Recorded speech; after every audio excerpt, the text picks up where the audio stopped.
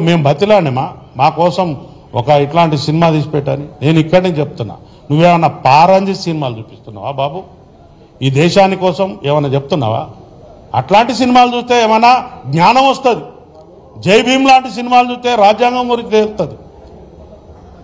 లేకపోతే చారిత్రాత్మకమైన సినిమాలు చూస్తే, కోడెనాగు లాంటి సినిమాలు చూస్తే కులాన్ని ఎట్లా విడగొట్టాలని తెలుస్తుంది. నిప్పు లాంటి మనిషి సినిమా చూస్తే ఒక పోలీస్ ఆఫీసర్ ఎంత గొప్పగా ఉద్యోగం చేయగలడో తెలుస్తుంది. ఒక మత సామరస్యం ఎట్లుండాలో తెలుస్తుంది. నువ్వు చేసేదేంటయా? నువ్వు చేసేదేంటి? నీకు ఎవడిస్తున్నాడు గైడెన్స్? చెప్పేది ఒకటి, చేసేది ఒకటి. మీరు మీ తోలు మంచిగా ఉంచుకోకపోతే, తోలు పలగొడతాం. ఒక శాఖ మీద మీరు పేరు చెప్పకపోవచ్చు, ఇంకోటి చెప్పకపోవచ్చు, పని చేయలేదంటున్నా. అక్కడ పోలీసు వారి డ్యూటీ కాదు అది. కానీ ఆ పడిపోయిన ఆ బాడీలకు రెస్పిరేషన్ ఎట్లా ఇస్తున్నారు చూశారు కదా మీరు. మూతిలో మూతి పెట్టి పోలీసు వాళ్ళ పని అండి అది. కానీ ఒక వ్యక్తి అక్కడ జీవితం పడిపోయి ఉన్నది, తీసుకుని ఆ యొక్క రెస్పిరేటరీ సిస్టమ్ అట్లా అందించారు కాబట్టి అందులో ఒక బాబు ఇవాళ మన కోసం అవకాశం ఉంది.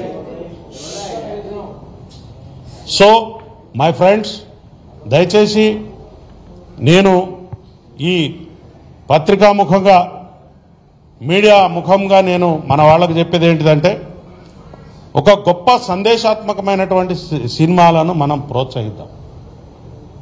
సందేశాత్మకమైన సినిమాలు చాలా ఉన్నాయి, ప్రోత్సహిద్దాం. కానీ మనం ఏ పని చేసినా కూడా సమాజ శ్రేయస్సును దృష్టిలో పెట్టుకుని సొంత లాభం కొంత మానుకో పొరుగు వారి కోసం పాటుపడబోయని చెప్పినారు మన కవులు. అది చదువుకోండి, నేర్చుకో, సబ్జెక్టు నేర్చుకో. నువ్వు గొప్పగా, నీకు హావభావాలు ప్రకటించడం రాదు, నటించడం రాదు, చచ్చిపోయిన మనిషి గురించి చెప్పడం నీకు అంతకంటే రాదు. నువ్వు ఎట్లా నటునివైనవా నాకు అర్థం కాదు. చెప్పు. నువ్వు చెప్తున్నావు అరే ఇది నాకు పైసలు రాలేదు, నా సినిమా డుమ్మా అన్నది, ఇజ్జత్ మొత్తం పోయింది. ఆ పైసలు రాని ఫ్రస్ట్రేషనే నీ దగ్గర కనపడుతుంది. కానీ నువ్వు ప్రజల కోసం సర్వీస్ చేసే